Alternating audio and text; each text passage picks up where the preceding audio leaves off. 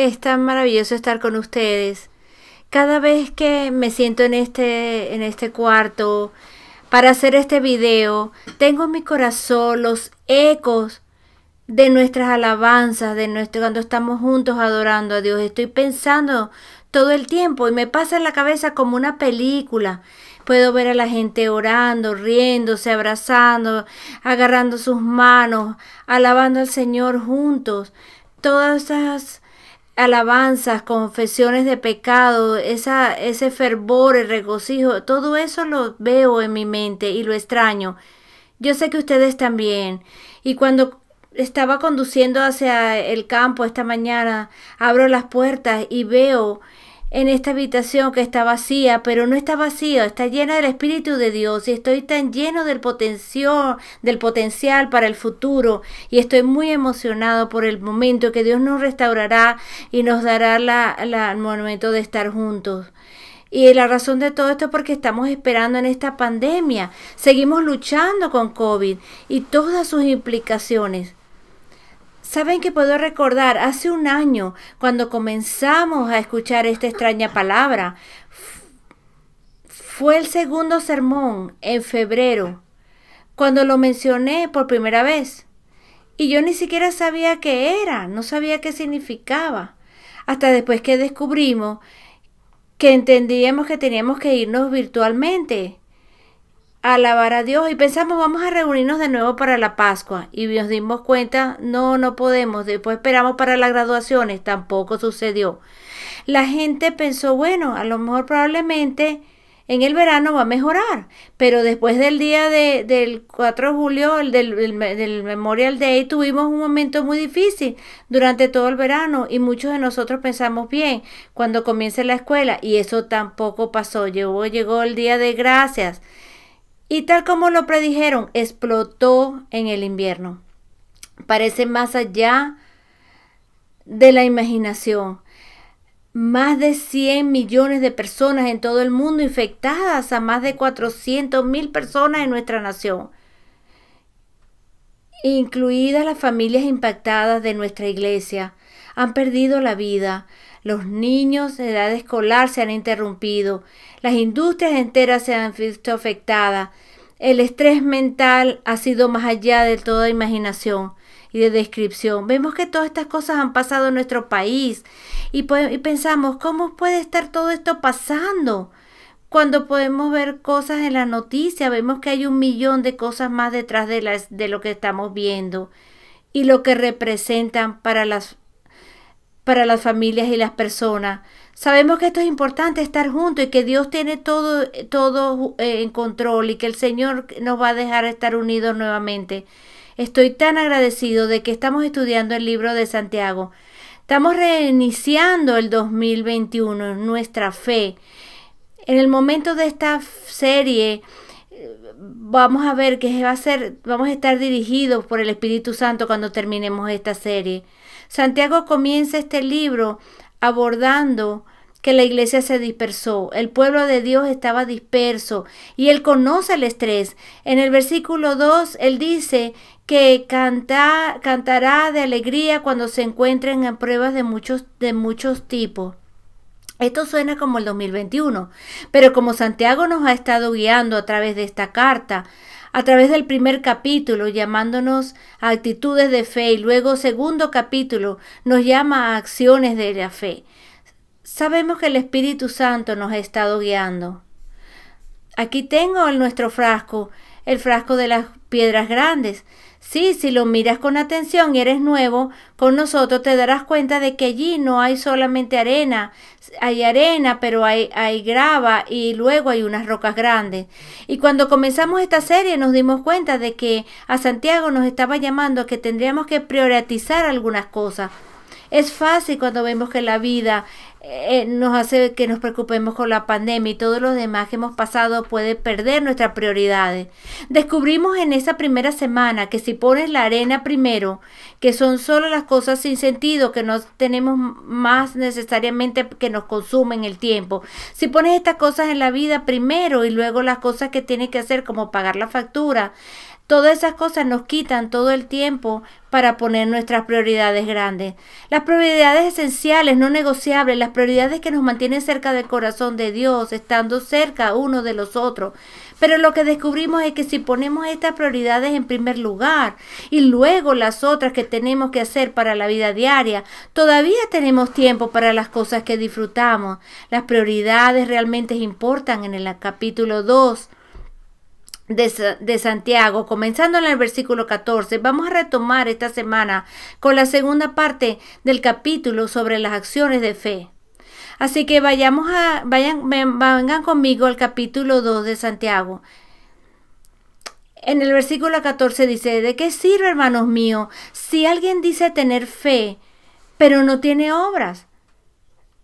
¿Puede la fe salvarlo? Supongamos que un hermano está sin ropa, sin comida diaria, y él dice a ustedes: ve en paz, caliéntate y sáciate, pero no le das nada y no haces nada por sus necesidades físicas. ¿De qué te sirve? Del mismo modo, la fe por sí misma no va acompañada de acción, está muerta. Bueno, alguien te puede decir: bueno, pero tienes fe, pero yo tengo obras. Muéstrame tu fe sin obra y yo te mostraré mi fe sin obra. ¿Crees que Dios es bueno? Hasta los demonios creen en eso y se estremecen. Eres una persona tonta. ¿Quieres evidencia de que la fe sin obras es inútil? No, si nuestro padre Abraham no fue considerado justo por lo que hizo cuando ofreció a su hijo Isaac sobre el altar, ves que su fe y sus acciones estaban trabajando juntos, y su fe completó por lo que hizo. La escritura se cumplió y dice que Abraham le creyó a Dios y le fue contado por justicia y fue llamado amigo de Dios. Usted ve que la persona es considerada justa por lo que hace y no solo por fe. Bueno, de la misma manera, si ni siquiera la rehabilitación de la prostituta fue considerada justa por lo que hizo, sino que después, cuando le dio alojamiento a los espías de Israel y luego los envió a una dirección diferente. Como el cuerpo sin espíritu está muerto. Y de modo de que esta fe sin obras está muerta. Ahora, si podemos resumir esta parte del capítulo 2, todo el capítulo es un llamado a acciones de fe. Tenemos que una actitud de fe en el capítulo 1, pero tenemos que seguir eso con acciones de fe.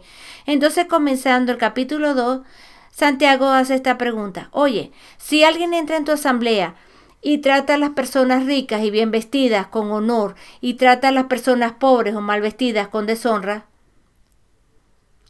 ¿te das cuenta de que esto no encaja con ser fiel a Jesucristo? Entonces él dice que la primera acción de la fe es que amarás primero con honestidad, honor, justicia y equidad. Y así es como nosotros vivimos. Esa es una de las grandes rocas de la fe y una gran roca de esta iglesia. Santiago continúa y dice: déjame ilustrar esto.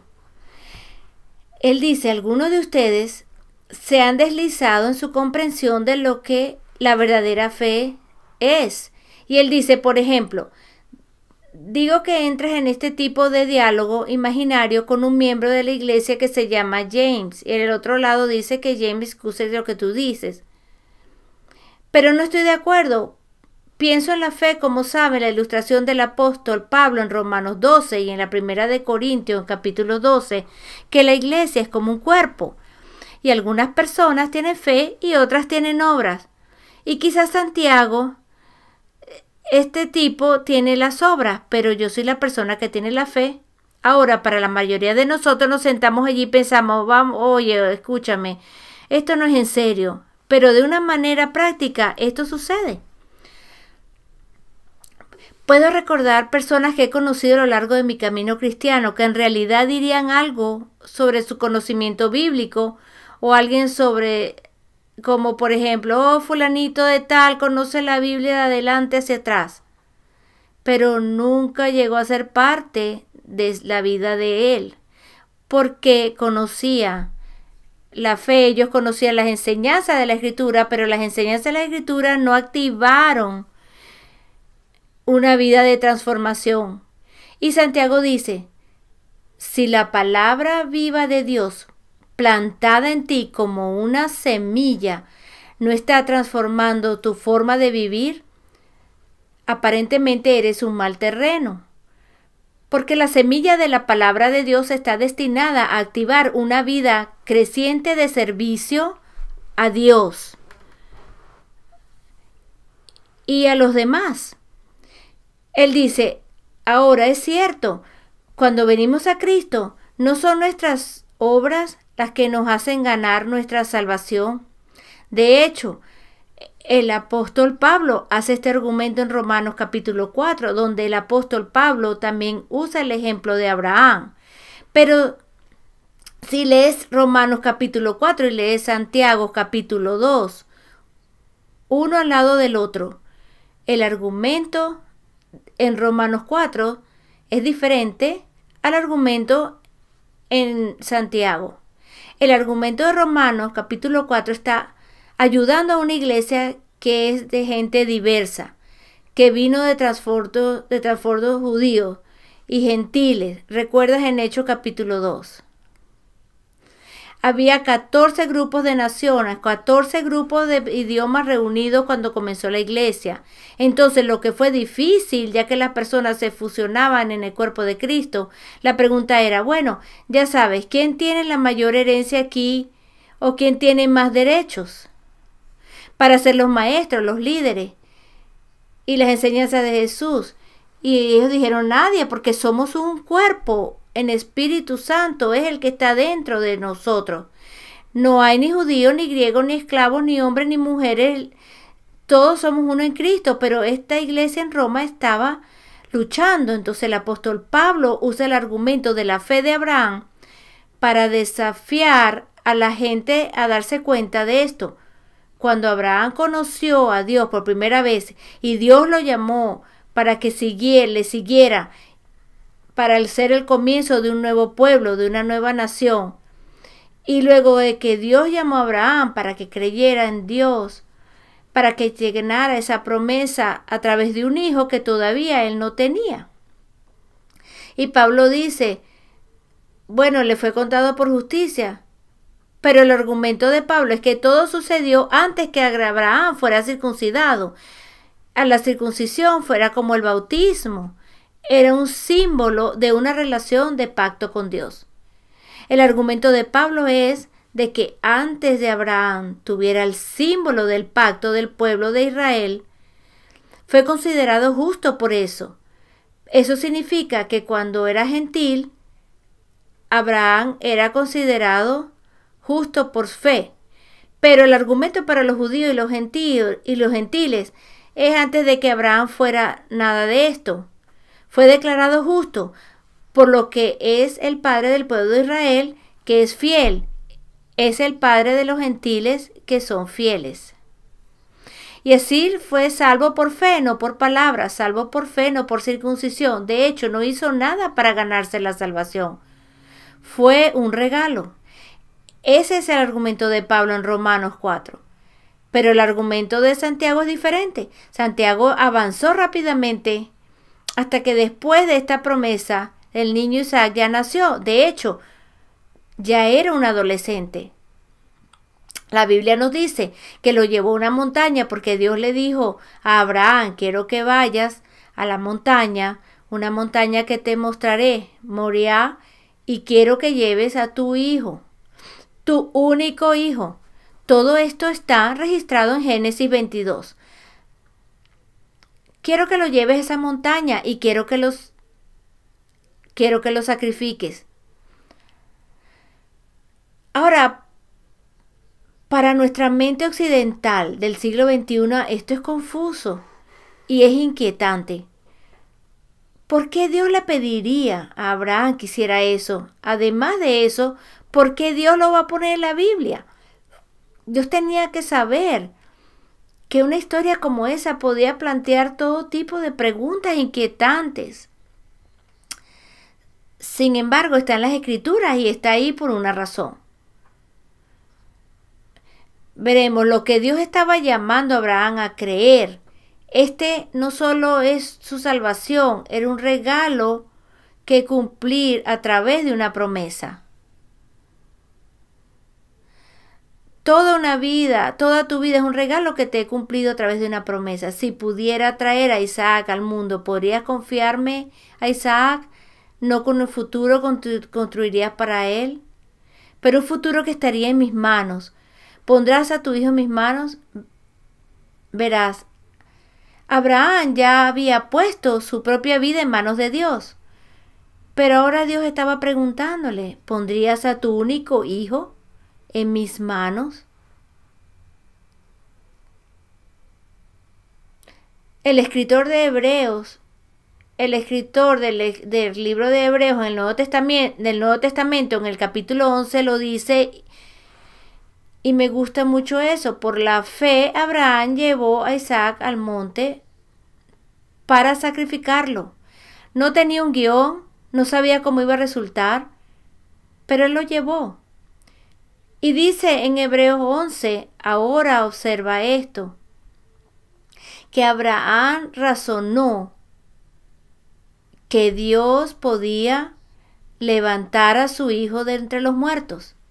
Y en cuestión de hablar, dice el capítulo 11 que Jehová le devolvió a Abraham a su hijo de entre los muertos. No, él no lo sacrificó. Un ángel detuvo su mano y le dijo que no lo hiciera. Le sujetó el cuchillo y el ángel le dijo que mirara hacia un lado. Y en un matorral, en un arbusto, estaba el carnero que fue atrapado, y ese carnero se convirtió en el sustituto del monte de Moriah. Pero la enseñanza de Hebreos 11 es que, escuche bien, Abraham razonó por fe. Si está leyendo esta parte de su Biblia en griego, literalmente es nuestra palabra lógica. Por la fe, Abraham tenía una nueva lógica, una lógica ampliada, amplificada, una forma de razonar sobre la vida. Eso estaba más allá de lo que podía haber sin fe. Sí, la fe nos da una nueva forma de medir la vida. Dese cuenta, imagine nuestras vidas razonando a través de la vida. ¿Cuál es la lógica sin fe? La lógica es que un mundo de perros, cada uno por sí mismo, obtenga lo que pueda mientras pueda. No tienes intención de hacer daño a los demás, pero si los demás no tienen comida y ropa, esa no es su culpa. Aléjese. Sigue avanzando por fe. No tenemos que vivir de esa manera. Por fe podemos confiar que el mismo Dios que pudo bendecir a Abraham e Isaac, Abraham y Sara en su vejez con un hijo. De todos modos, si Dios puede traer un hijo al mundo, Dios es mucho más confiable para Abraham y Sara de lo que usted ha hecho en Romanos capítulo 4. El apóstol Pablo describe el cuerpo de Abraham debido a su edad. El cuerpo de Sara debido a su edad estaban casi muertos. ¿Qué significa eso? Que las posibilidades de que tuvieran un bebé eran escasas. Eran cero. Entonces el primer acto, el primer milagro de la vida fue que Dios trajo a Isaac al mundo en primer lugar. Dios le recuerda a Abraham en la montaña: puedo hacer más con la vida de tu hijo de lo que puedes ver. No se trata solo de la fe de Abraham. Fue Abraham confiando en la fidelidad de Dios. Santiago dice que cuando crees en Dios, vas a ser llamado a vivir una vida en que realmente tienes que confiar en Dios. Tendrás que activar tu confianza. Cuando surgen decisiones, cuando vives por fe o cuando caminas por vista. Creo que esta sala se va a llenar de nuevo. Y lo creo por fe, sí lo creo, lo puedo verlo por fe, puedo oírlo por fe, lo puedo sentir por fe. Creo que nuestra iglesia prosperará y que estaremos llevando personas a Cristo, haciendo crecer la comunidad de discípulos. Sí, lo creo. Creo que podemos participar en la alimentación de esta comunidad con la ropa de esta comunidad y ayudar a las personas a superar los tiempos difíciles y regocijarse en sus manos por estos maravillosos tiempos. Sí lo puedo creer. Lo creo por fe. En 1992 tuve una lesión en mi rodilla. Me corté un ligamento en mi rodilla. Me operaron y la cirugía salió muy bien, pero no sabíamos que tenía una infección. Y la infección estaba en mi sangre. Me devolvió a la sala de emergencia y luego en cuidados intensivos. Estuve en el hospital durante semanas y semanas y semanas. Estuve en rehabilitación después de que finalmente salí del hospital por meses. Fue una lesión devastadora y durante ese tiempo nuestras facturas financieras se acumularon. De todos modos no ganábamos mucho. Las facturas excedieron rápidamente lo que no podíamos pagar. Yo tenía un carro, tenía un Mustang negro y me gustaba mucho ese carro, pero sabía que tenía que venderlo para pagar mis facturas médicas. Y una noche estaba acostado en mi cama y estaba llorando. Tenía lágrimas rodándome por mi cara y veía el techo y dije: Dios, no puedo hacer esto por mi cuenta. Necesito tu ayuda. Al día siguiente me levanté, llamé a una revista y puse el anuncio de la venta de mi vehículo.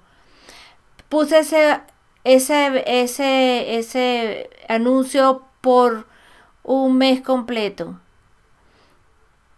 Lo puse por 30 días de adelantado, lo pagué por 30 días.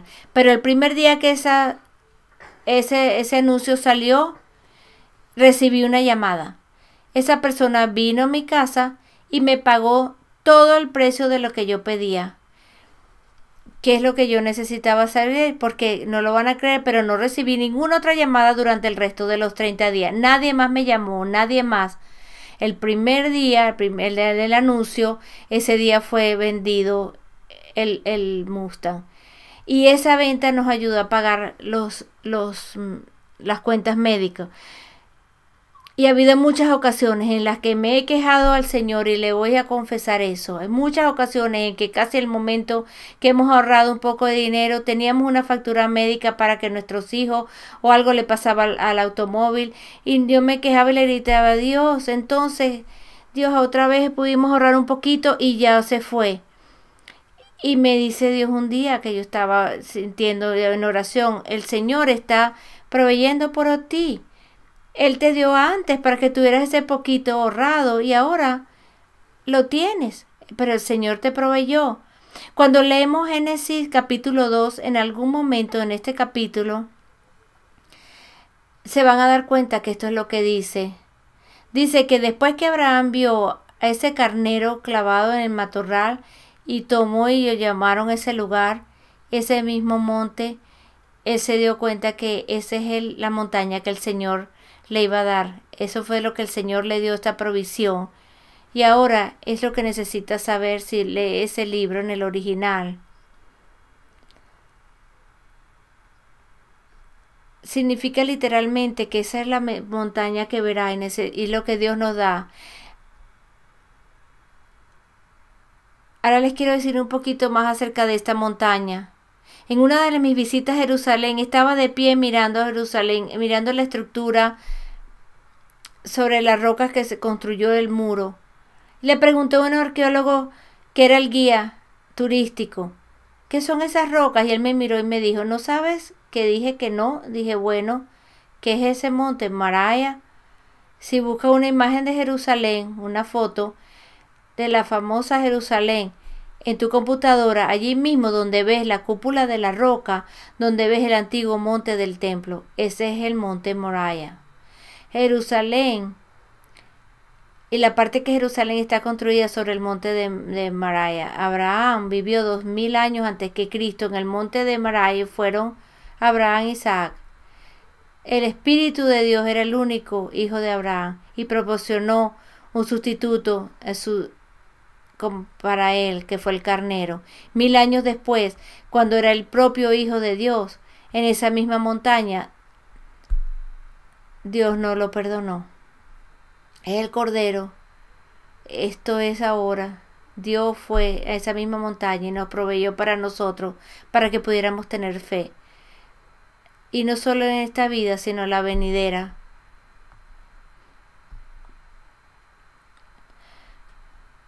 Porque tanto amó Dios al mundo que dio a su único Hijo, para que todo aquel que en Él crea no se pierda, sino que tenga vida eterna. Y esa es la promesa que Dios tiene para ti, esa es la promesa de Dios para mí, y el Dios que nos llama a poner nuestra fe en acción es el Dios que modeló la fe en acción. Muchas gracias por acompañarnos en este mensaje y le pedí que se uniera a este grupo pequeño para participar en el estudio de la semana. Puede hacer un seguimiento el domingo por la mañana o puede hacer el seguimiento del grupo pequeño, pero explore lo que significa convertirse en una persona que pone la fe en acción.